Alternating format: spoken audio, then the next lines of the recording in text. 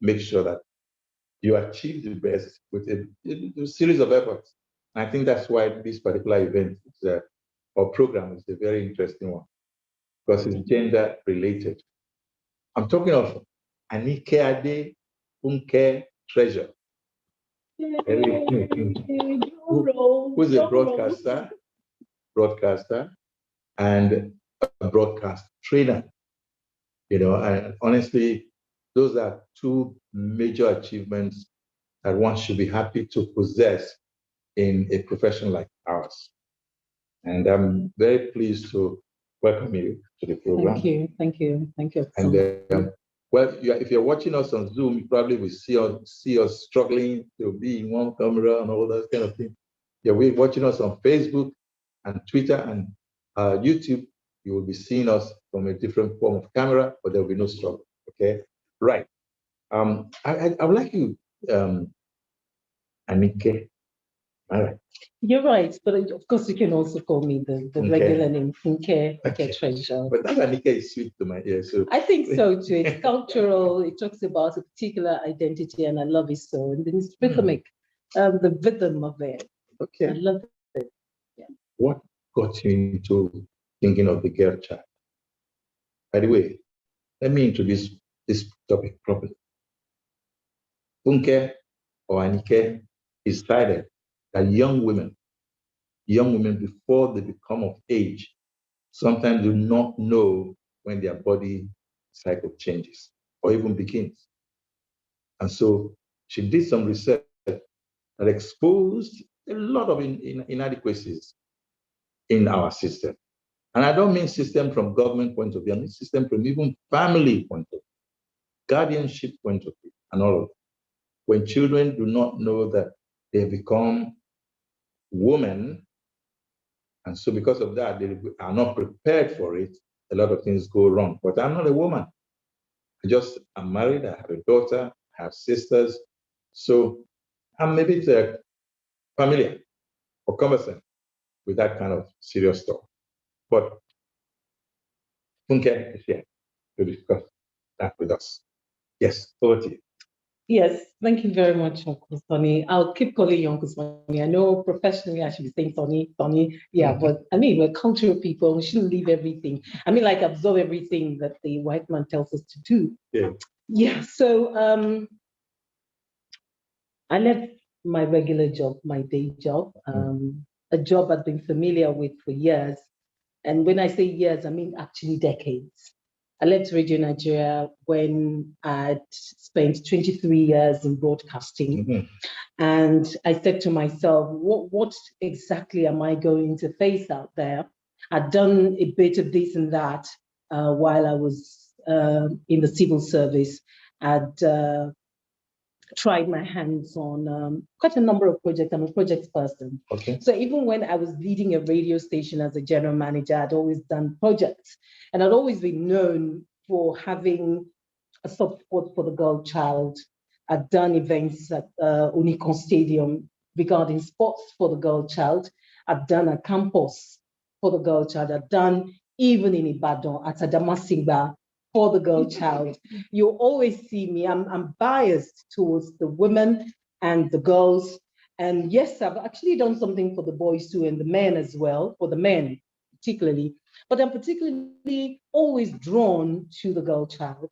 And this time, I'll say two things that led me to the sanitary pads media campaign right after retirement, voluntary retirement, because you'll be looking at my face and I'm saying that retirement.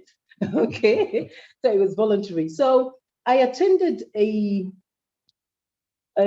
program at Unilag many years ago, about 6 years ago, and there was this advocate, menstrual hygiene advocate, who came to speak passionately about the fact that girls do not have access to sanitary pad and sanitary products as well.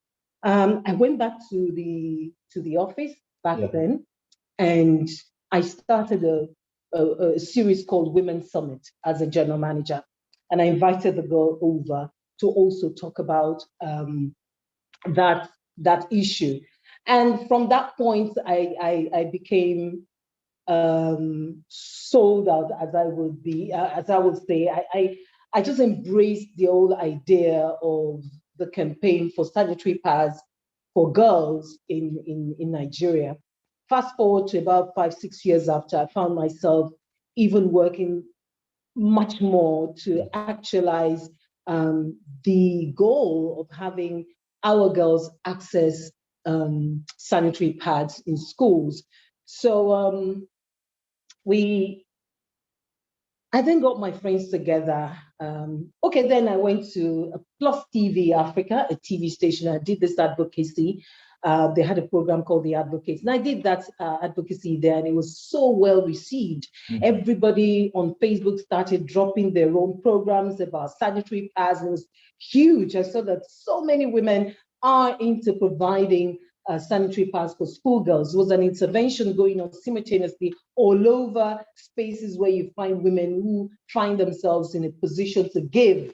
So you find them going to schools to give sanitary pads. So I thought to myself, okay, we are all doing the same thing. Go to school and give sanitary packs to girls. Even we found our celebrities also doing that.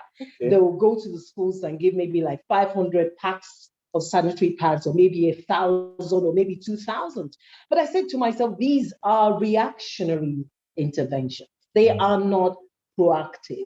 So I thought about it and I said to myself, we have to have a more holistic way of addressing this issue. Even though it's menstrual issues are discussed in hushed tones, you whisper it. It's not something that you discuss openly. But then I said to myself, I am going to look at this from a proactive point of view. I am not going to join those who go to schools haphazardly and give. I'm going to have mine structured because I'm really, really interested in a change. So you look at me being a change maker. I'm not just doing this because everybody is doing it. I want to see change, and which was why I gathered about 100 women. I started talking to women in the media and outside allied sectors that, look, come and tell us your menstruation story. And so I got quite a number of about 98. They were willing to talk. They were willing to talk about their menstruation stories. So that's how we started during COVID lockdown. Ooh. And at the same time, we started raising funds for our very first visit field work. And we raised $1 million at that time, ₦1 million. And then I went to a law. But then I'm back now, and I'm seeing these as I said, the opportunity to change how we approach this issue of period poverty and provision of sanitary pads. Period poverty. Yes. Very alliteration.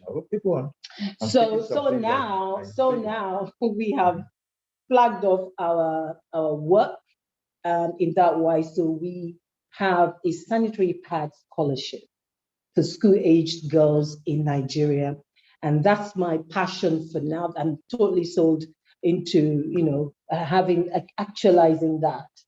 I'm glad you gave me a breather to quickly say something. You know why I said the way I said it. Okay.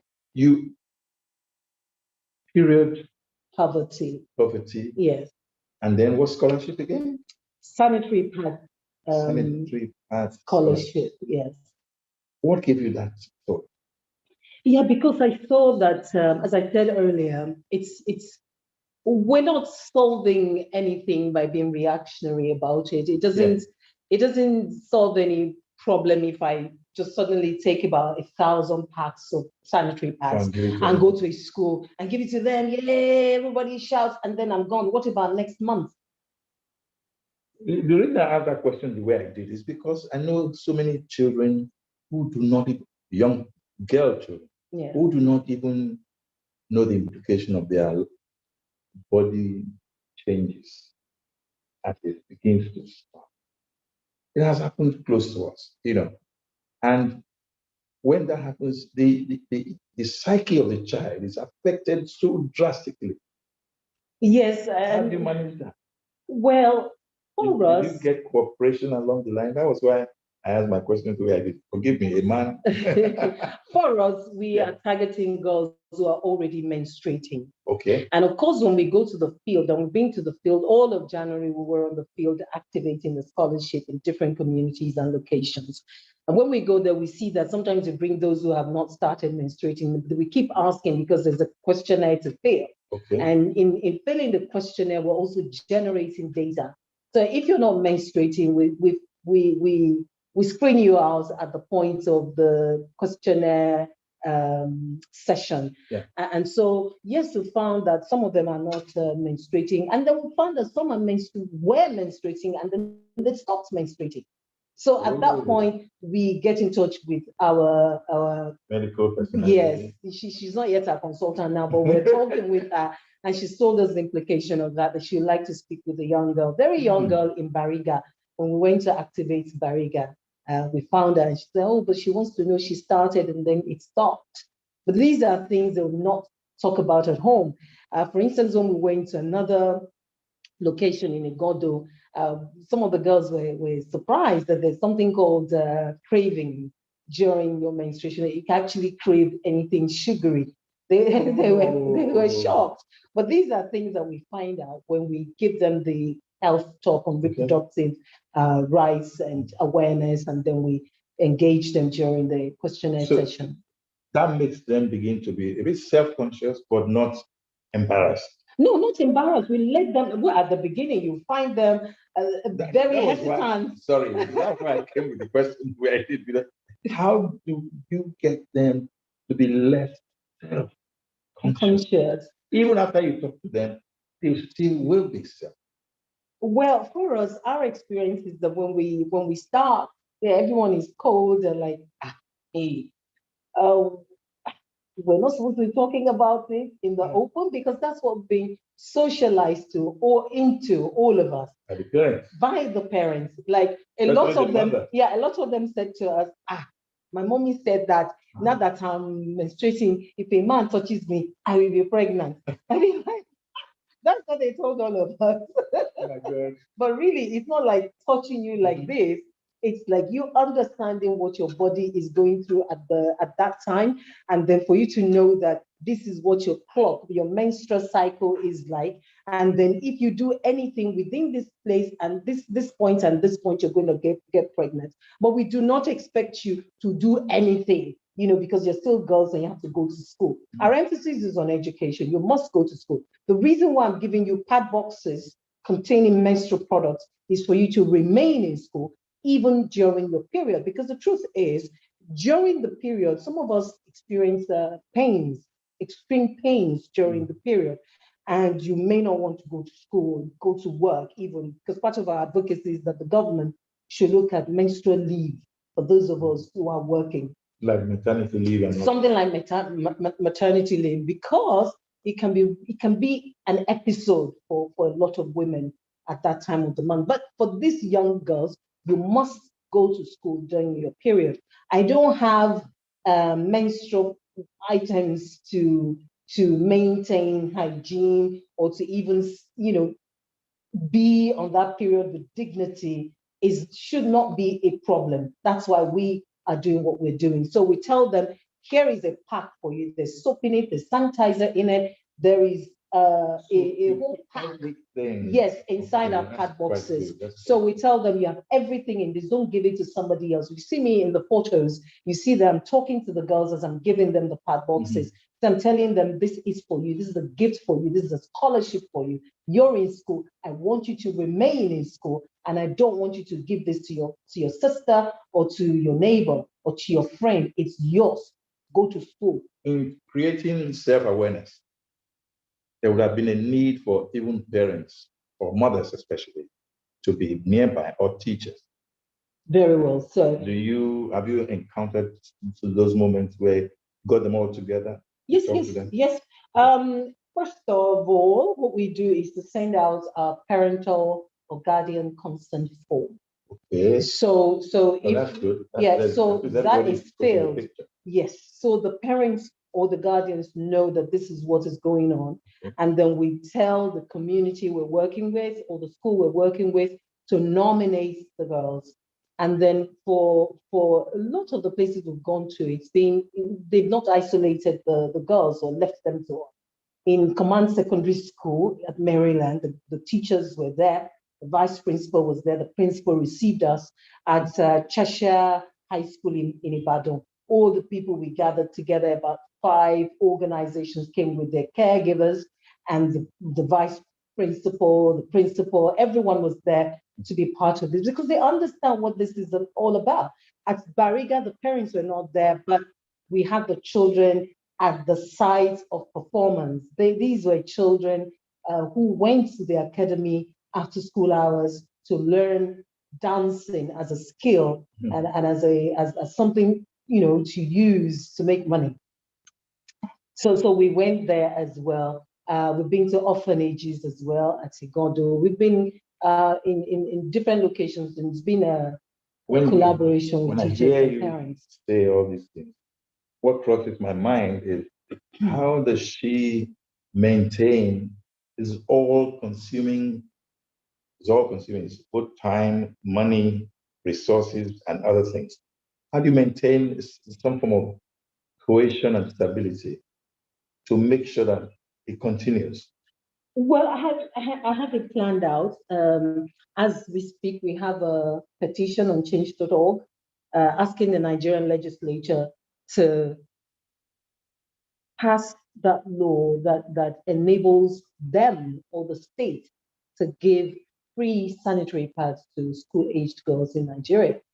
And we can do it. I see a cultural clash. Yes, there will be clashes, but this is what I say to people, because we're not placing demand on our legislators or our people in governance. Yes, they just sort of think that we don't need these things. Women have not been talking about menstruation and what it costs. There's a menstruation budget. There's a period budget. Because if you're finding that a pack of sanitary pads is costing 400 naira, we've not even had food to eat. So you want to go and buy sanitary pads. If you have 3 girls in your family, that's how much, plus their mother. I mean, the money is well spread out. The legislators should know. That's the point. It should go around. That's the point. And I tell women politicians and women at the grassroots, these politicians will come again, tell them that your daughters are using socks to maintain their periods. Your daughters are using wrappers, old wrappers and rags and cushion and foam and leaves in some places. Tell them that you need sanitary pads. They should legislate, they should give at least 1 a month to school-aged girls in Nigeria. Uncle Soni, you agree with me that the reason why a lot of us in the middle class and the upper class, social status in Nigeria go out of Nigeria to have our babies is because they automatically access some benefits at birth. You go to Ireland, you go to Canada, you go to US, you don't want to have your child in Nigeria. If you can, you disguise and say, oh, I'm not pregnant when you're pregnant, just so that you can pass and you can go have that child abroad so that that child can have a good start in life. We do not have that in Nigeria. What's the benefit of a child born in Nigeria? When you're born in Nigeria, what do you have? What does the state give you? Serious question. What does the state give you? So if I am asking, after 60, how many years of independence? 62, are we?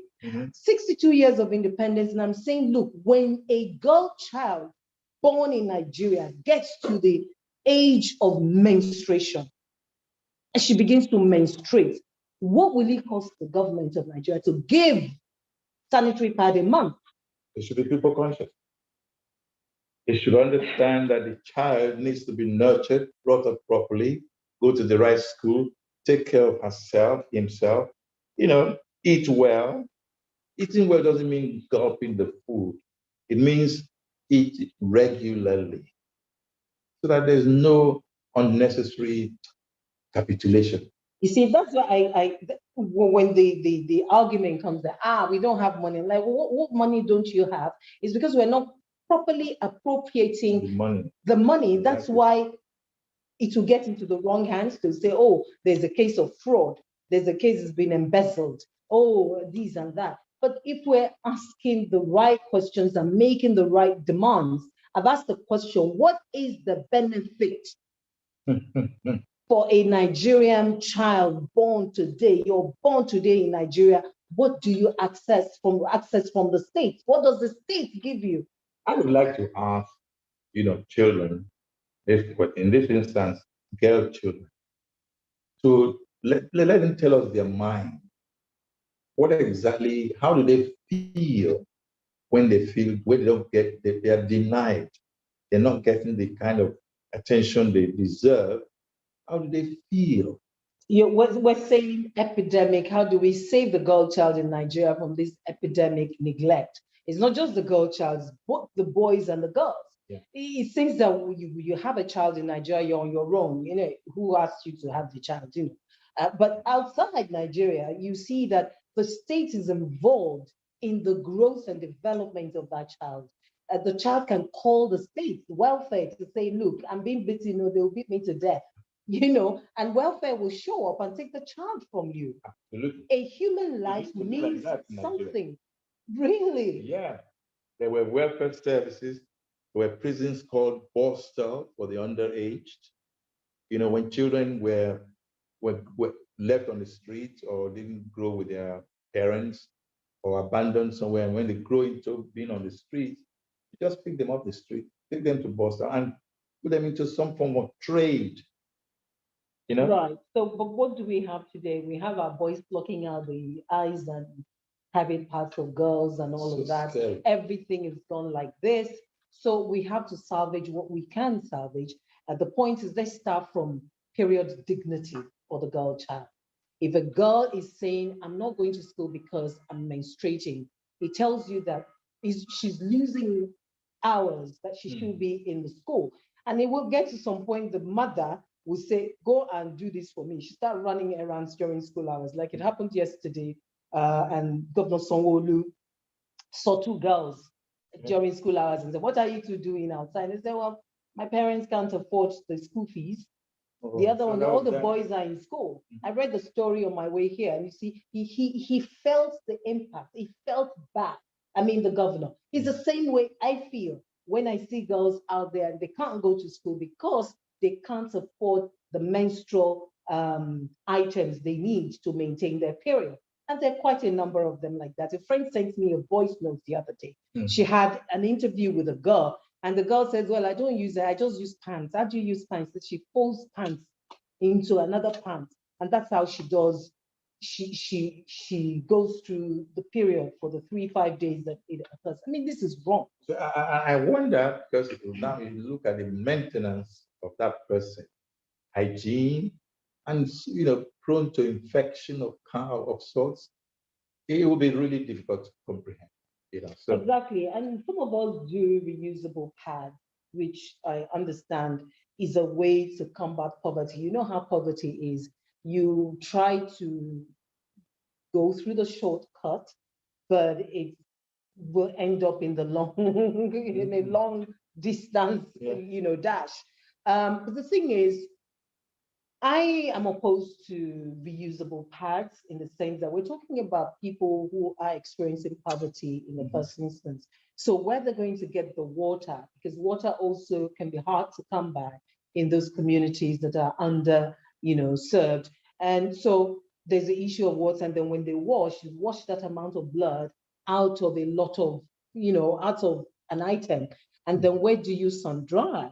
Because you can't sun dry outside. So you have to hide it somewhere at home, where again, you can find rats licking it. Ouch. Yeah, so then you hide it under the bed and rats can have a field day and cockroaches, and then you still pick it up when it's dry to put it, where it should be. And then, look, for me, it's even dangerous. So I would always ask for sustainable ways to manage this.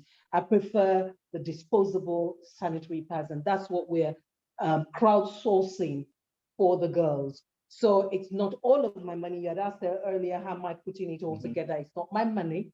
I'm asking my friends like you, like the guys with us here, as many people as I know, 10,000 naira will give a pad box to a girl How for a long will year. that pad box? Oh, for 1 year. For 1 year. Oh, good. So if you, Uncle Sonny, if you give me 10,000 naira now, you're sponsoring a girl under the scholarship that we have on the scholarship. Whoa. For 1 year, we blow 10,000 naira at, The drinking parlor, maybe. Yes, in no time it's finished. But that 10,000 naira will help a child remain in school. 10,000 naira. Okay, we're getting the responses, somebody says this is laudable. Keep up the good work. Thank you very much. Such an important question. Tell us how to give. Tell us how to give. Yeah, that's where I am at now. Yes. So I asked my friends to give 10,000 naira. In the past, I'll have like 6 people. One person say, "Okay, I'm going to take up 5 girls. That's 50,000 naira for a year. 5 girls." Somebody has paid for 10 girls. Somebody has said, "You know what? I'm going to keep doing this until I'm tired." Somebody actually did this every month for 6 months. I was so wild. I've had people giving from France, from Germany, from London, from where else in the US? Love word from France, from Germany, from London, even the way you call London. What about from Nigeria? From A lot of people giving from Nigeria. Yeah, please encourage them to give, because this will go a long way in getting the girl child off the street, giving her a sense of purpose, making her believe that she actually belongs to a nation called Nigeria that thinks of her people. Precisely. I'm going to get the account number out, but first of all, let me just explain. Yeah. So there are 3 ways that you can support the scholarship. Again, we're looking at adopting a girl, which is the one I've just spoken about, 10,000 naira for 1 girl. If you want to adopt 5 girls, we'll let you do that. As you can see, we're expanding to different communities. We're going to the north in no time, and we'll also expand to the middle belt and the east. How am I doing this? Because we have advocates. Remember, I said we have advocates across Nigeria, about 98 to 100 women who've talked about their menstruation stories. Okay. So they also have links in all of these places. So they're helping us to expand to places where these pad boxes are needed. Again, you can adopt a school. I talked about WASH, which is water, sanitation, and hygiene, which is why we have other items in our pad boxes. Some schools don't even have water. So when the girls are having their periods, where should they go? They will need to change. They don't have decent changing spaces. This is the reality on ground. They don't have decent changing spaces. They don't have water. Where will I go to school? And then I don't have sanitary pad. I'm not going to school. That's what's going on out there. You can't help it. I won't blame them. They need something, some form of sanity, even though we're talking about sanitary pad. Sanity. They need to have a sense of commitment, direction, purpose, and also understand that, oh, come on, I'm from a home that I cannot even afford to look at myself, take care of myself in a hygienic manner. Exactly. So that's why we're doing all that we're doing. I'm going to give the account to donate to. Tell you what, the crowdsourcing has been quite an experience for me. I have never done a project like this where people naturally give. You ask, what about Nigerians? The people giving outside Nigeria are Nigerians, actually. Good, and Nigerians here. God bless diaspora men and women. Yes. And Nigerians here have been wonderful. They just hear me talk like this and say, "Okay, I'm paying for 3 girls. Okay, I'm paying for 2 girls." And so I have not had the palpitation of heart to say, how am I going to continue? I'm not even thinking about how to continue. I'm looking at how to diversify and bring more people in to walk the journey with me. So for those who are, I said 3 ways to support. Someone is taking me back to the question. Okay. You can adopt a girl, you can adopt a school. They need boreholes in school to give them water. And then they need toilets. So if you're a corporate organization or business owner and you get, how much is a borehole? Let's go to identify the schools and give them water. The third one. Sorry, don't lose what I'm about to say. That's what most of the National Assembly members either at the state or federal level. They keep projects. talking about doing boreholes and all of that. You know, if this is what is happening, why should we be doing boreholes for them? Exactly, which is why we should hold them to account. When we talk about accountability in governance, we talk about transparency. If they're doing what they need to do, what they should be doing, there will be water in the communities. And constant water, because we're all digging boreholes anyway now. And then for public schools, there is no reason why government should have a school without water. But that's what we have in many of the schools. We can even decide to do an investigative study. You'll find that a lot of these schools don't have water. For the girl child, that's a huge challenge because she menstruates every month. It's a natural thing. You can't say it's not a tap that you just stop it. When it starts to flow, it flows for the number of days. When it stops, you said it at the beginning of the program, when it stops, there's a problem. There's a problem because you now begin to think, is there a problem with it? In fact, the doctor told me that in many low-income areas, when this happens and they don't take care of it, it may likely affect the fertility of that girl. People like that should have their children early in life. But what do? Say, you must go to school. After school, you go to university. After university, you go to clinical before you now marry. Meanwhile, the body of that girl says something else. So you see, we need awareness. We need to really understand our children and ourselves and stop comparing children. You don't see your neighbor. The child is in this one, that one. But your child is different, and you shouldn't compare your child. So this particular girl, we're returning to her. We're taking her to the doctor. Again, she said it might be nutrition. So there are different reasons why this could be nutrition. What do you think? Yes. The wrong food? Yeah, if you're not eating well, it will affect everything, your body mechanism. So it's either it's stopping some things from happening. For instance, people living with disabilities, when we go to Ibadan, and I say, but this person is too young to be menstruating. You say, because of how they are, how different they are, it either makes them menstruate earlier or it delays it. So these are things that I didn't know right before embracing this. Then thirdly, the third way of giving is to support our drama series on radio for awareness. You know that drama is the biggest format in radio. And so because it's like reality. So we reenact everyday life. So we have our demo, we have our script writers, very best. You can trust me, I've been on radio for years.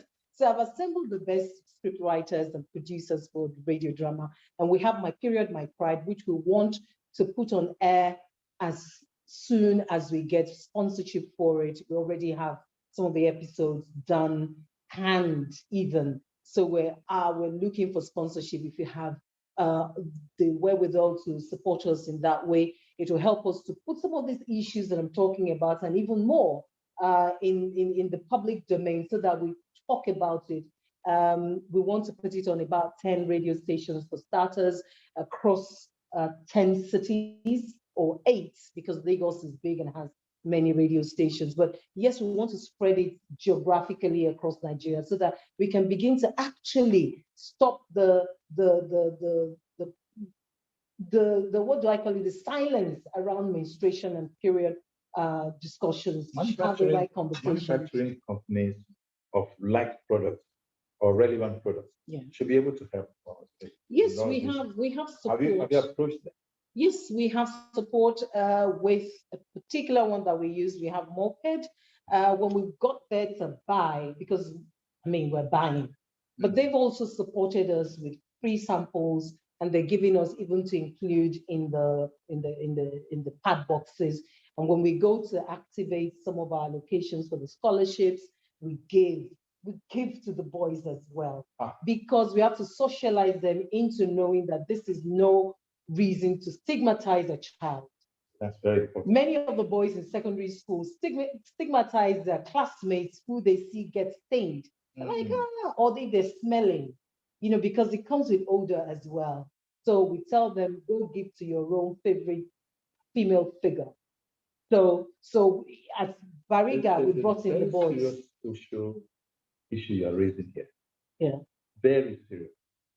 the way others look at them, especially young boys and men, the way even family members look at them, and how it affects their psychological being, their state of mind. Right.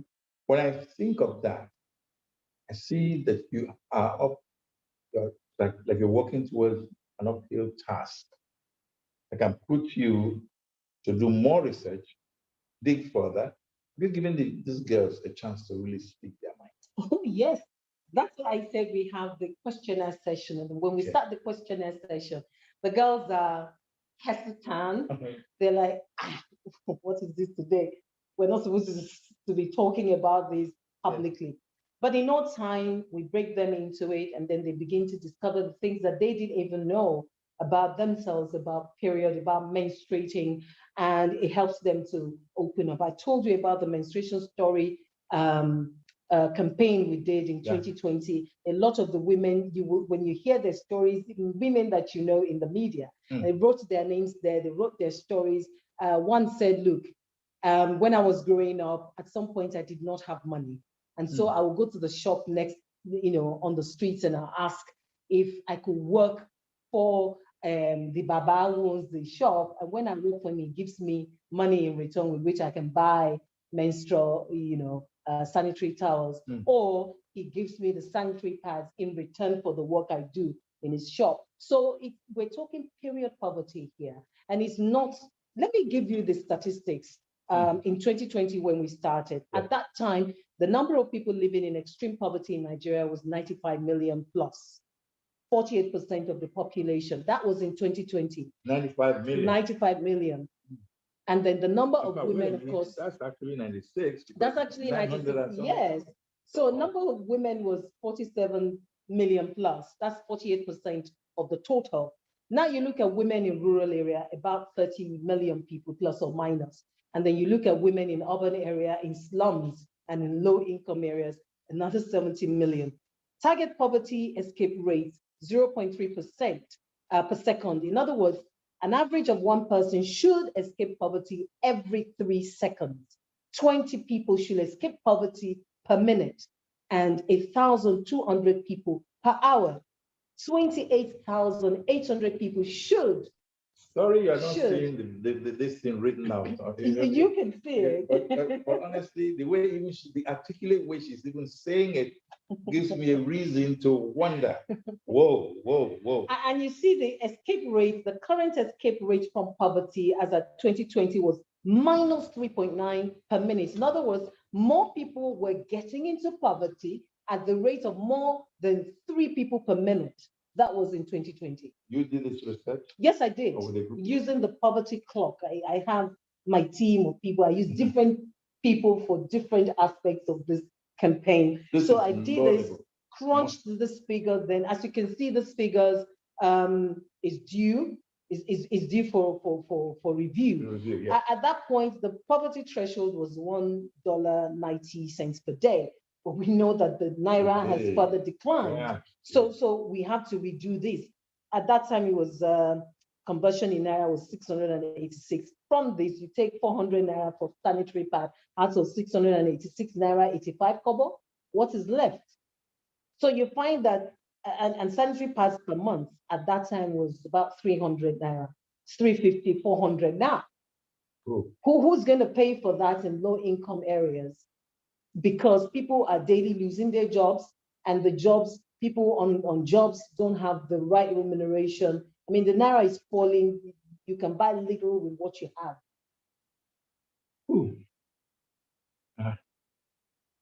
Now I'm thinking twice. You're actually converting me more and more. Soni, you have to convert too. I'm seeing a situation where even going back home, trace your step back to the homes, to the villages you come from, and all of that. This story is the same. It's the same. When we ask, there are portions of our questionnaires, because we're also using it to generate data. There's not much data about period poverty in Nigeria, not much. So we're using this also to generate data. At some point, we ask the children, what else do you want? They say, we want pants. So we didn't plan to have pants, but because we're engaging with the girls, We now see that, okay, something has to drop from our pad boxes so we can provide pants for them. So when we go through the second round of, giving, because we're giving them quarterly, so we give them a quarter's worth and we keep them with the schools or with the minders, say every month, let them sign for it, ensure that they're in school during period. For the next quarter now, we know that we're going to have to include pants. And then they're talking about, well, the smell. Because, and they will smell really, if they're not changing at the time they should be changing. Yeah. And they're holding on to. They don't even have the culture of taking care of themselves. Exactly. So they will smell. So they're asking for deodorant as well. So you see, this is multifaceted. Great. So there's a need for reproductive health education. There's a need to engage girls in schools. And this is at the point where I will ask our state governments to open up the public schools to us. It took almost 2 years for me to penetrate Lagos State. And at the end, I still couldn't. So I had to devise another means to reach in the girls. So now we go through the communities and other communities, apart from the neighborhoods. We go through, go to orphanages, go to associations that can help us out. Because you go straight to the schools. If they're not federal schools, you're going to have problems because they've been barred by the Lagos state government from doing any such thing. And it will take you, it's taking me 2 years and I still don't have. Tried to even reach Lagos state government, but there are relevant ministries. Oh, yes, I have. Trust me. There are other agencies, yeah. MPAs, maybe even the schools, education. The schools will allow you to come as long as you're not talking about it publicly, because that will put them in trouble. If you're coming with, say, 500 or 100, or you're just giving to the girls, they don't have a problem with that. So you cannot talk to the class? No. Or the students? For you to sit down and talk to them and then have the media cover it, that's going too far. Well, okay, maybe you shouldn't cover the media. Maybe when the media does come in, they will. There's no coming in. Because it will not help with the awareness creation. It's not like I'm here now. Yes, and I'll be mentioning the schools. Yeah. And that will put the principals in trouble. Really? Yeah, really. Really. I've done it twice to the Ministry of Education. Twice I wrote there. I've been trying to follow up. And so I saw that it was wasting my time, this bureaucracy. And so I just decided to go through the communities. Okay. Interesting. Okay. Ermosele Douglas Akiwi has asked a question. Let me quickly read that to us. Oh, wow, that's a lot. Said, the odds, yes, are stacked against the girl child. My question is, what are the relevant government agencies doing about this? Have they been approached? Well, I just asked that. The ministry is responsible for this, the Ministry of Humanitarian Affairs, Women Affairs, and Health. Have you tried partnering with them? Okay, now question is even more detailed. Yeah, it's more detailed, and I'll give you a detailed answer as well. Yes. Thing about writing letters and going to meet the relevant people, I've done that for Women Affairs and Health in Lagos.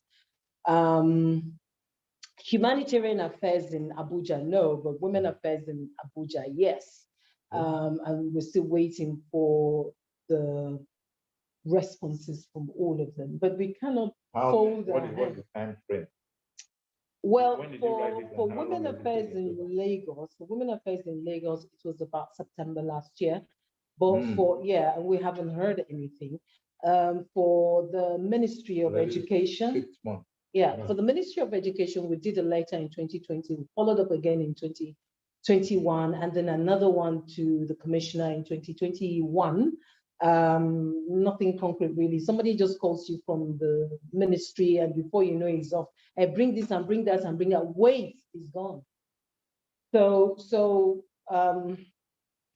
as I said, you cannot. What a champion does is to look for different ways to get it done. Yeah. So what I've done is to bypass that and to go to the communities. After all, as the community people, the children go to school from the communities. I've been wanting to, because I can see a situation where this is campaign year.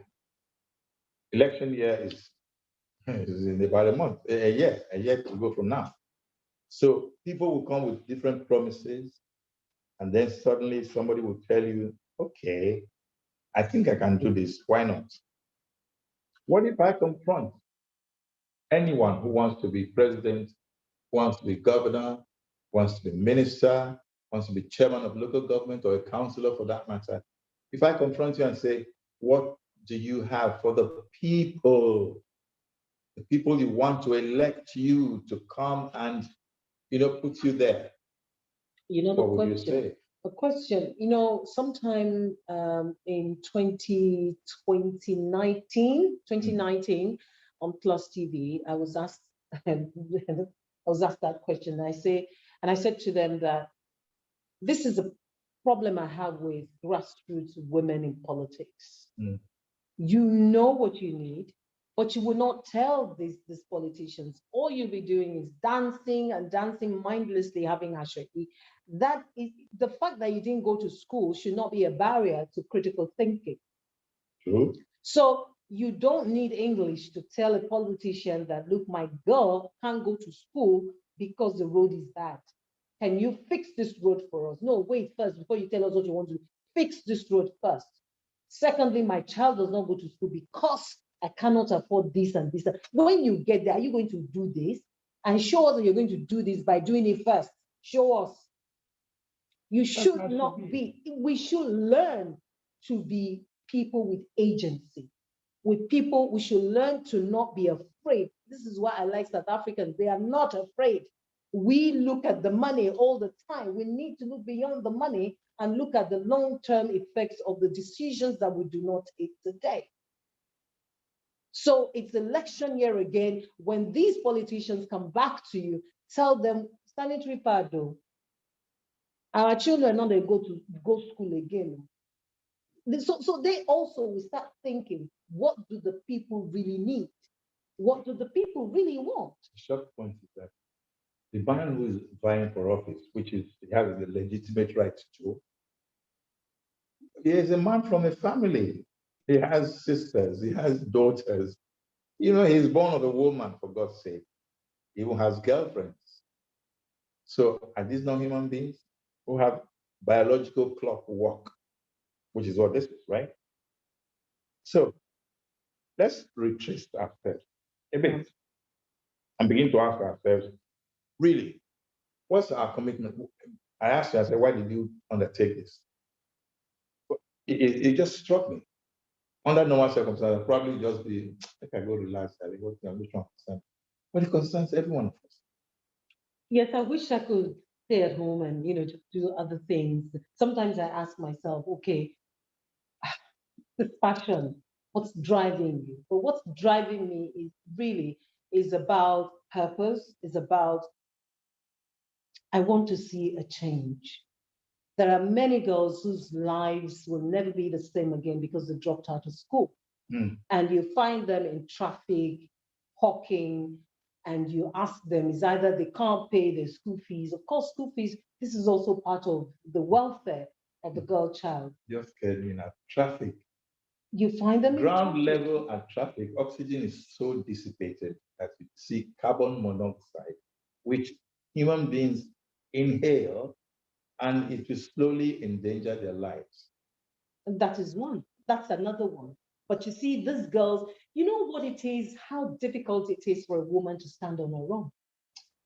A woman who is not educated is not empowered. No. My goal is to find that these girls are helped to access education, even if it is to the JSS class. I tell them, give me those ones in GSS2 and GSS3. Because if you have the basic education, you can go through the junior secondary school, then I'm okay. Because then whatever it is that you do, you can calculate, you can sell this pen, collect money, give change, and know what's in your pocket with a GSS3 education. You know that you can use mobile telephone for your transactions as well. So with the digital revolution staring us in the face at the moment, our girls, women can't take the back space. No. We must have as many women as we can educated, because really When a girl is educated, a woman is educated, she's useful for the entire family. She knows how to take the right decision. So if she gets pregnant as a teenager, that truncates her journey, if it's not properly supervised. Mm. And then when you have all of these barriers for the girl child, chances are that she'll drop out of school. When she drops out of school, she's not empowered to do a lot of things. She's not there at the table. I'm at the table with you because I'm educated, because I've been able to do something for myself. We want as many girls, as many women at the table where the decisions are taken, where they can take decisions about their own lives. Can you give the account number or wherever the money can go to? Because I see that we are saying so much, and if this thing is not put in perspective, maybe if there are those who feel touched by this conversation, and they can quickly start acting on it. The girl child deserves a proper reference point in her life to make impact, All right? So, yes, you can make donations to the Sanitary Pad Scholarship at to Zenith Bank, our accounts with Zenith Bank. It's Illuminates Nigeria Development Limited /GTE dash SANI. So the account number is 101-717-9136. It's a Zenith bank account. It's 101-717-9136. Can I take that again? Yeah, if I take the message 3 times, slowly this time, so that people can get it. Okay, I think in the little. And then our man will now put it on screen. Okay, the Sanitary Pass Scholarship for school-age girls in Nigeria. This is the account to send the money to support us. 101-717-9136. The name of the account is Illuminates Nigeria Development Network Limited, SANI. It is again 101-717-9136, and it's the Zenith Bank account. Zenith Bank. Zenith Bank account. Okay, do the thing. Zenith Bank is there now. But here, very good. One of these days, we'll say, hi, Zenith. Want to look at it more? Okay. Right. Thank you so much, Uncle Soni. 10,000 naira can keep a girl in school for 1 year. That's what we're saying. I like Period that. of poverty. Now, how do you make sure of the 100 members across the nation? How do you make sure that each one is referencing correctly and everything is being done that as many of those girls as possible can get? What we do, there's transparency and accountability in what we're doing. We got an auditor, first of all, let me say that, to audit the accounts. We started in 2020. So 2020, 2021, 2022, we're hoping to publish our accounts, put it on the website before the end of this quarter. So everyone can see what came in for us and what we've done with it. And then we have an account of the girls we have reached so far. Again, for the locations, the locations outside Lagos, we have coordinators. For instance, we have a coordinator in Kaduna at the moment. There are people asking us, please come to Jos, please come to Enugu, please come to Port Harcourt. We have to find out who they are because we also need people of integrity. So what we do is also to look at our advocates in that area and to look at our friends who have the goodwill towards this and tell them that, hey, we're coming to your territory, like what happened with, thank you, Mike, like what happened with our trip to the north. We were going to activate the north on Thursday, that was yesterday. But I spoke with a friend who said, what, you're going to that place? You must see the emir. You must not go there without this. And so we have to, stop it and then, think of a bigger, better way. It's a plus because really we should be talking with the royal fathers and some of the traditional rulers. Yes, society, community. Okay. Yes. Right. Okay. You've been to schools and look at primary, secondary. Yes. Which ones have you been to? I've been to secondary schools. But let me tell you the story of how my mind popped to primary school. So I have a friend who's also an advocate who said to me, I'd like to send these your pad boxes to a place in Onitsha, the primary school in Onitsha. And like primary school, would they be menstruating always? She said, well, maybe in primary 5 and primary 6. Well, that went. And then when we got to Ibadan, to activate Ibadan, behold, the girls who came in from the school for the deaf, Ibadan School for the Deaf, were, when we got to the place, they were 17, 16. And they said they were primary school students. And I said, they be primary, 16, 17. I said, well, a lot of the parents don't bring them to the school in good time. They're praying and they're wishing that the condition will change. So when they come eventually, they're coming into primary school at their teenage years. In fact, they are going out of 17. Yeah, but they're just coming into primary school. Yeah. They're in primary 3 or primary 4 at 17, 16. Wow. So, but then again, some girls that they start their menstruations early. I was going to say that, yes, because we had cases of 9-year-olds, 10-year-olds, 11-year-olds, so they're still in primary school most times. Yeah. So now we're looking at involving primary schools. I remember when my friend said to me, come to primary school, and I know it's not for you people, but I'm also learning on this journey. I'm learning and I'm seeing that, yes, we need to do some primary schools as well. Actually, schools have their own hierarchical problems. Right. You have some girls who are very draconian, bullish in the way and manner they treat younger girls and girls who are afraid to express themselves. And then you now say, okay, how will you manage such situations? Especially when the teachers don't seem to care. I'm sorry, I'm not taking at teachers in that sense, but there are teachers who Well, I'm not holding brief for teachers, but I tell you the reality out there is that sometimes, many times, in most schools, the number of students outweighs the number of students. How do I say? That means there's a problem. So there's a student-teacher ratio problem. That's number one. So when you find that teachers are not paying attention, it's not because they don't want to pay attention. It's because they may be overwhelmed. Because if a teacher is attending to more than the fair share of students that she ought to attend to, it's going to be overwhelming. Having said that, bullying is something we see even outside school, and our girls, our boys see what we do in the outer world, and they recreate within the school system. Yeah. So what we need is to keep talking to our girls and our boys that bullying is wrong, and that to combat period poverty, stigmatization will not help us.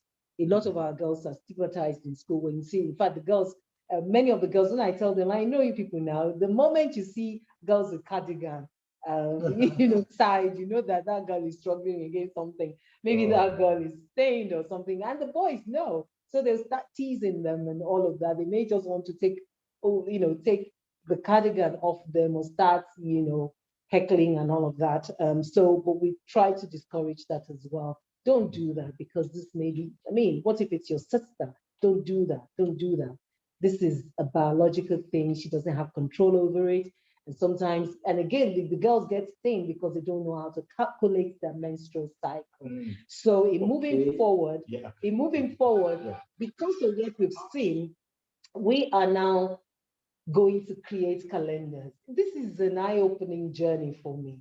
At the beginning, I didn't think we would need menstrual calendars, but now we have to include it in their boxes so that we teach them. We include that when we go for the session. Because people take 1-2 days, it must click by the next month. Yes, so when you know when to expect it, and you're not just saying, oh, that red thing is going to come again. Voila, it's here. Oh, what am I going to do? You can calculate and know exactly when it's coming. Some of the parents teach them, but some don't know. So from our field work, we see that that's also important. We see that we're talking period poverty and we're facing sanitary pads, but the girls are saying we need pants too. So, and then we're going there and they're saying, but that thing smells.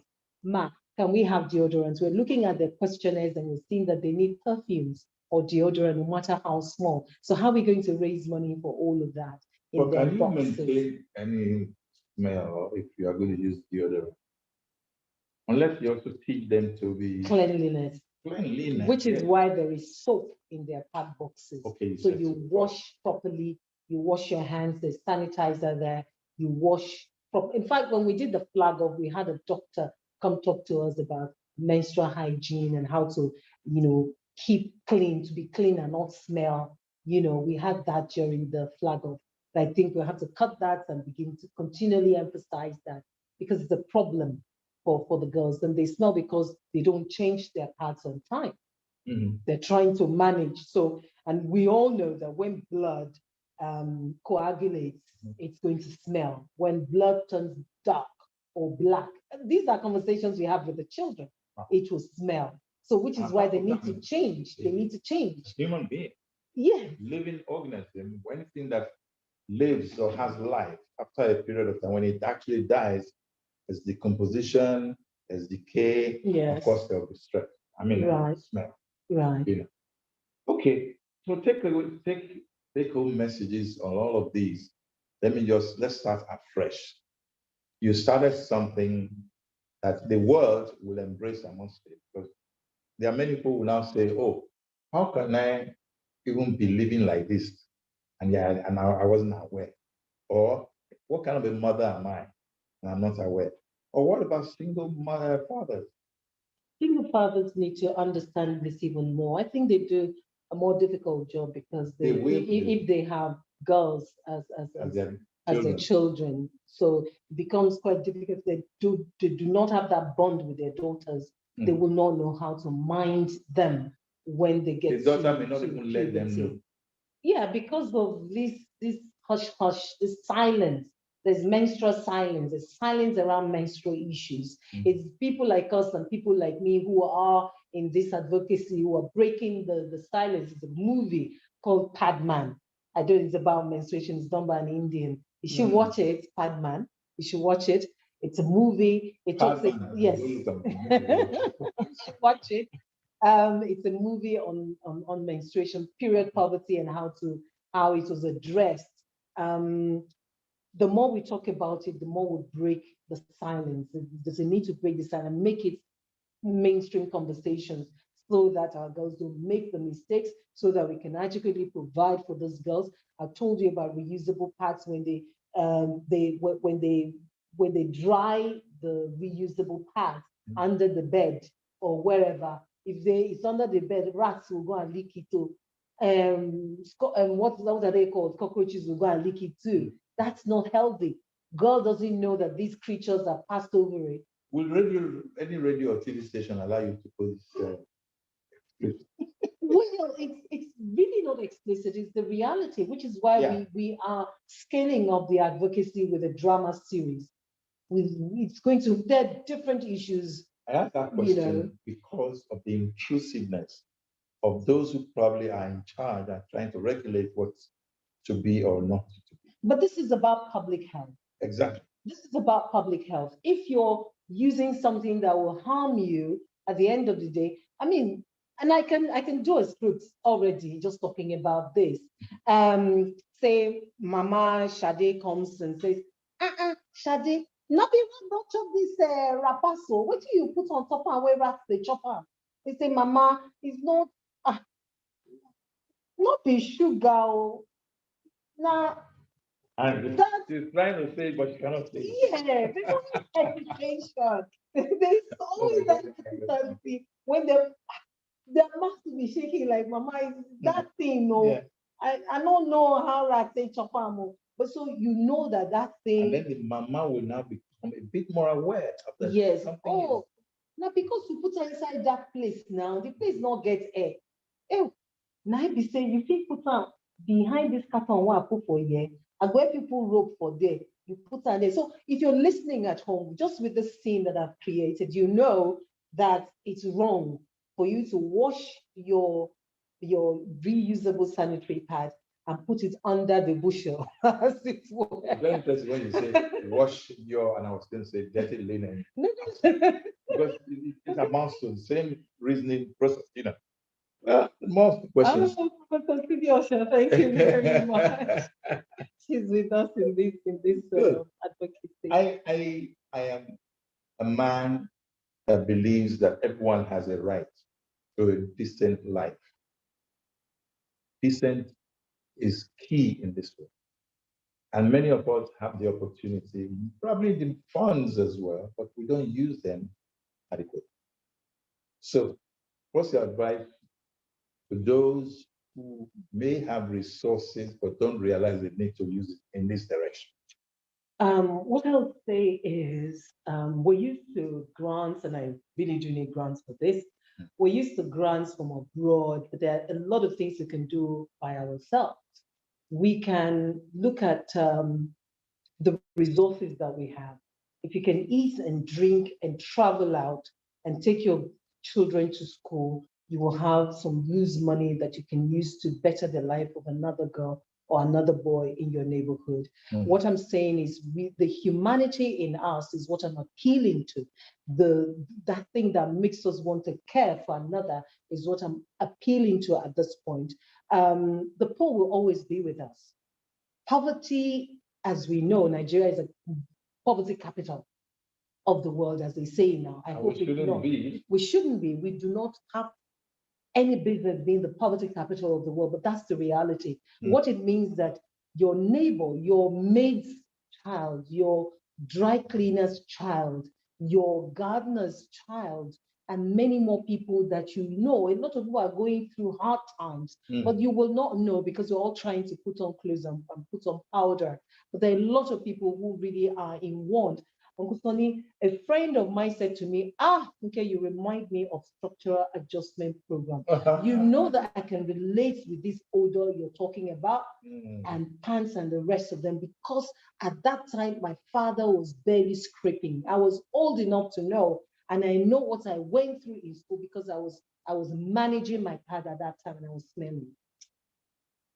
A friend said that to me. So you see, sometimes there's a change in fortune for some of us. And then some people are particularly in that bracket. All I'm saying is if you have extra, please support us on this project. As you can see, when we went to Bariga, we went to the girls in that low-income areas, those who go to school and then try to learn dancing so that when they are out of school, they can earn something from being dancers. There's a performance troupe that they belong to where they also learn. There's a dance academy. Such people, let us support them. We've been to an orphanage. There, people give them food and all of that. Not everybody remembers to give them sanitary pads. Okay, not everyone is there. It's not in their radar. It's just not in their consciousness that they need it. And then we look at people living with disabilities. When we got there, they said, "Are you going to teach us how to use it?" And then it occurred to me, oh wow, we have to get somebody who is familiar with, people with cerebral palsy, people in wheelchairs, how to manage their menstruation and all of that. Every day we're learning, and I want to thank my team, I want to thank my partners, and I want to thank our funders. They've been incredible. I talk to people like this and say, "Okay, I'm supporting 5 girls." I talk to somebody and say, "I'm supporting 2 girls." People are saying, "No, come to my station, I'll give you space to talk about this." And I must thank all the media organizations who've given me space to talk about it in 2020, in 2021. Thank you so much. You make this really worth my while because I really don't have to struggle too much to get things done. So please join us, support us to sponsor a girl under the scholarship, and it's for 1 year. She'll get the pad boxes for 1 year. You can send your donation to 101-717-9136. That's Illuminate Nigeria Development Accounts. That's the parent company that birthed this campaign, the Sanitary Pad Media campaign that is behind the scholarship. Illuminate Nigeria. Yes. I love that name, Illuminate Nigeria. Thank you. Thank you. Light it up, open it up. Yes. Let the world be aware that there's a need for human nature to be a bit more live and let live, not live and Compassionate. let die. Yeah. You know? Yeah. But when I first saw that movie by Ian Fleming was the writer, the James Bond series 007, Live and Let Die. Live. Is it live and okay, live and let live is the phrase, the expression. Yeah. But the movie is That's live and let die. And when you now follow the story, you now know why they said live and let die. When then all the criminals wiped out, why those who were sane be allowed to live. You know, but that's my paraphrasing. Okay, Soni Irabor live, and there are just some more moments left. Yes, we can. If you have any comments or questions, feel free to send them across to her. And already she's talked about how far they've gone. And what I love is the fact that you're going around the whole country. Yes. How far so far? Oh, well, it's exciting. I mean, when we got to Ibadan, Sophie is here. She's joined us. Sophie is one of the volunteers who worked with me. The other lady is Tessade. And then we have Sponsor a Child Through School also partnered with us to get to Ajegunle. We're in Ajegunle as well. Ajegunle. Yes, my heart was in my mouth. We went to Ajegunle like God save me today. But we went to Ajegunle and returned in one piece. Praise the Lord so much. What can I tell you? Okay, Ajegunle has brought out the best of the world in Nigeria. Yeah. I'm telling you. Yeah. You know, the I know, but it's just the environment could be volatile. A fight could just break out. I asked them, so where are we going? Boundary or Tolu or where? You know that the Shoki said Ajegunle. You know why he said it? Because that was his reference point of growth. Yeah. So, if I'm a mother and I don't want you to interfere in the way I manage they're bringing up my girl child, but I'm not doing it right, and you know that I'm not doing it right, what should you do to convince me to now change my mindset? If I know that a mother is not doing the right thing. I am a mother. Mm-hmm. Yeah. You want to help my child, and you are seeing what I'm not seeing. Because I think I'm looking after the child very well, but obviously from what you are saying, I am not.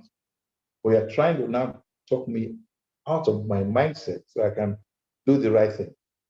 What should you do, or will you just leave the child at the mercy of the mother who is so ignorant?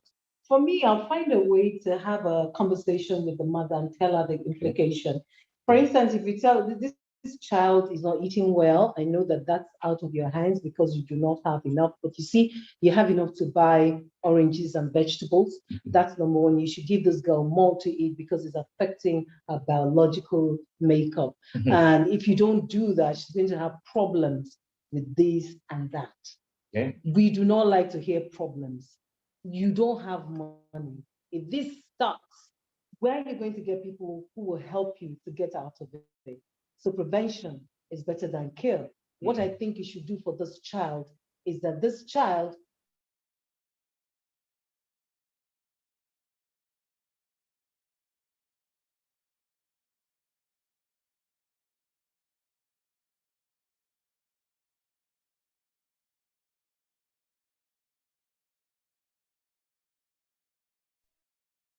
will come with consequences if you do not pay attention to the reason why that menstruation disappeared in the first instance. And is it the reason why? Is the child, because this could be a result of cyst formation.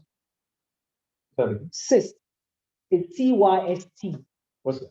It's some growth also. It's different from fibroid. In the body. Inside the body. So you see, the earlier we discover these things, the better. So if your woman is not doing the right thing, we will try and go. I mean, how would we know if the girls don't tell us? It's only the girls tell us that we can intervene. But that's what we're going to do. Go there and tell them, this is the consequence of what you're doing. And if you don't stop it, if you don't do this, it's going to snowball into something bigger, which you might not be able to handle. Hey, ignorance is not a disease, somebody said, but it actually is a major disease. I have situations where my family we love freedom. I don't mean me biological family, but family in terms of neighborhood, occasionally we all meet, we discuss issues and all that.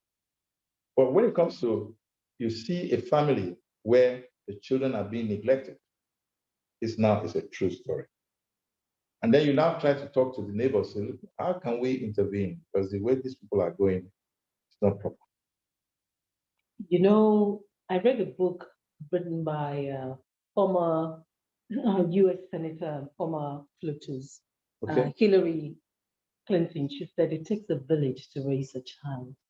Love that. And it's really that's an African adage. Yeah, and that's what I was going to. It really is an African adage. It takes a village to raise a child. Having said that, let me pause that here and remind you of a song. I don't know whether you will recall it, but if you ever watch Sesame Street, you'll remember who are the people in your neighborhood. In your neighborhood, in your neighborhood. Oh, who are the people in your neighborhood? The people that you meet when you're walking down the street. They're the people that you meet each day. If you watch Sesame Street, you'll recall that song. You're not just a broadcaster. Wow, thank you. Thank you. So you see, the people in your neighborhood, they're your family. The people down your streets, the people in your church community, your all kinds of communities. Just family is wide. It's not just those who have the biological connection with you. So we're all family because we're connected by the fact that we're human beings. And that's why I appeal to the humanity in all of us. Instead of having, you can deny yourself a few bottles of beer and just support a girl. That support is going to be for 1 year. It doesn't mean anything to you, but it means the world to the girl. 1 year scholarship, sanitary pads and other products steadily every month for 12 months. That's what your 10,000 naira is going to do. And the truth be told, it's even more than 10,000 naira now. We're subsidizing because we don't want to expand it to 12,000. But we'll be glad if somebody says to us, look, Funke, you're doing so much with your team. Let me support your logistics with this because we're spending so much on logistics. Let me just say this to all of you. We are live on Facebook, Twitter, and YouTube. Now, if you are even just passing through, as you're browsing through, and you want to talk or listen to what is being discussed, feel free. But there are people out there who need your help. We're not just begging for the sake of begging. We're not even asking you to push yourself beyond what you can do. But if you can help, there's an account that has been picked on the screen. And I'm sure they're going to put it again soon enough. It said it will take 10,000 naira to buy the necessary materials for the girl child to have sanitary pad every month for 1 year, and also inclusive of soap and other things that can make you really take care of yourself in a sanitary manner, in a sane, health, clean manner. Putting words together, but honestly, what I'm going to do, I won't tell you how many people I can do, but I'm going to do at least one. Because no say, Amina, please do that. Let's see how far we can go. And as Funke said, there will be accountability, and it will be shown to you. Either be published. It will be published before the end of this quarter, what we've made so far and how we've spent the money. I'm a woman of integrity. I will Should not also add do that. Strong. So I cannot mismanage this. I'm too involved for me to mismanage this. So I'm going to let you see what your money is doing and where your money is taking us. And so please, I appeal to you again, so please support us. Again, the account number is 101-717-9136. It illuminates Nigeria Development Network. That's what you're going to see on Zenith Bank. Please support us. It is absolutely, thank you. It's absolutely riveting. It's engaging when you get out there. And you can come along with us if you have the time to see what we're doing and see how significant it is, how important it is. Some of the people who got our pad boxes in Ibadan called us A man called us, his daughter had cerebral palsy. He said he had never seen such a thing before, that he got the gift for his daughter. The daughter couldn't come to the activation center for logistics reason. Another person, the pad box was also taken home for them. And look, there's a lot of work there, and we just, because we do not interface with these people, we do not understand what's going on, how other people struggle for the basic things that we have taken for granted in life. So allow us, myself and my team, the sanitary pad campaign team, to do that while you do your work, and let us see how we can inspire our children, our girls in school, to aspire for quality education, for proper education, while we take care of their menstrual needs. So again, you can follow my diary, my experiences. I'm documenting with the Diary of a Menstrual Hygiene Advocate. You find that on our website.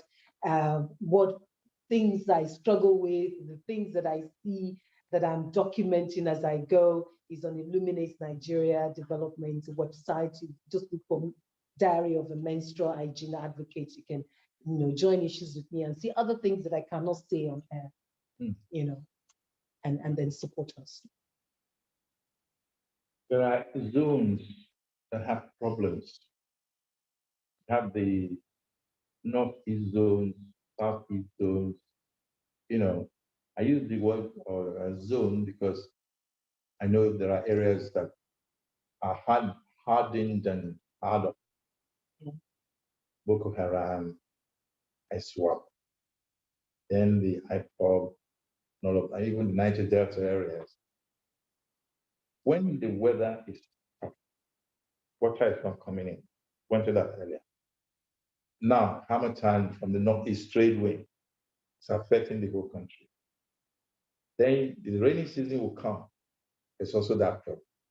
How does, sorry, it could be a foolish question, but what advice will you give to the child who is old enough to understand what it takes to just try a little best to take care of herself? Well, the girls try. I mean, those who fetch water from the well, those who put buckets out in the outside overnight, thinking maybe it will rain before we wake up. Those in conflict zones who can't sleep with their two eyes closed, actually. And when you have situations of conflicts and crisis, women and girls are the most hard hit. They try, but they can only try. If you're driven away from your comfort zone, your area, your house, and you're on the run, it's only when you chance upon water that you chance on water. Just imagine, I was training a group of journalists the other day. I said, look, this is underreported. Imagine a fleeing family. The girl is menstruating. There is no time to pick a bucket of water and flee with that. So she's dripping, she's running, and they run to wherever. When will she not use wrapper as sanitary pad? So when we're saying we need the security situation in the country to improve, we say it because we know how hard it hits women and girls. It hits the children more. So it's one thing to say, provide water in schools, provide boreholes in communities. It's another thing for there to be a situation of crisis. And that's why I say for you to support us again, beyond the 10,000, you can say, okay, Funke, you know what? I need you to prepare your pad boxes for me for us to take to the conflict zone, the conflict IDP centers, and wherever you find a cluster of people fleeing from conflict or crisis. You can, if you give us ₦1 million, that will take care of 100 girls. Our target, yes, a good number. It will take care of 100 girls for a year. That's what ₦1 million does, 100 girls for a year. And if you give us 10 million, it takes care of 1,000 girls for a year. So where we're starting with our 10,000 for one girl, 20 for 20 girls. You see, we can scale up to those areas you're talking about, which is where we're really concerned in the North. How are they coping? What are they doing to, maintain their periods in those conflict situations? You can say, you can take 1 million, go to Borno, go to this village and that village and that village, we have 100 girls in this particular sport, just supply them. So then we'll find a way to supply them. And if you want the whole region, we can do 1,000, that's 10 million. So you see, this is a full-time job for me. I still have time to do other things, but I'm really, really passionate about this, and I really want change.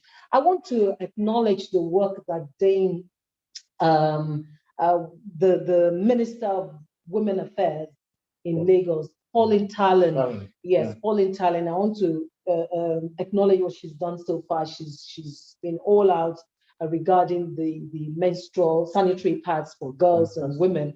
But we can all do better. We can support her to do better until that policy is in place, until legislators, both in the upper and the lower chambers, see reason why a girl should have at least one pack of sanitary pads in 1 month. Every month, Nigeria can afford it. Until we get to that point, change is not here yet. Well, we've done 1.5 hours in the show, and honestly, it's been one of a mind-boggling, soul-searching, thought-provoking, it's an examination of conscience, really. Thank you. Serious one. Because no matter where you look, how you look at it, somebody somewhere is being touched by this message. The same somebody somewhere is also being affected wrongly, where if we ignore them. So my prayer and plea is to those who can afford it, whether in the corporate world, whether in the political world, whether in the National Assembly or State Assembly or local government, we are touching the lives of our sisters, our wives, our, friends, our aunties, all of them. It's important that we know that somebody somewhere needs some help. Because if you see someone without a smile, they say, give him one of yours. And I'm saying, if you see someone without a help, please endeavor to help.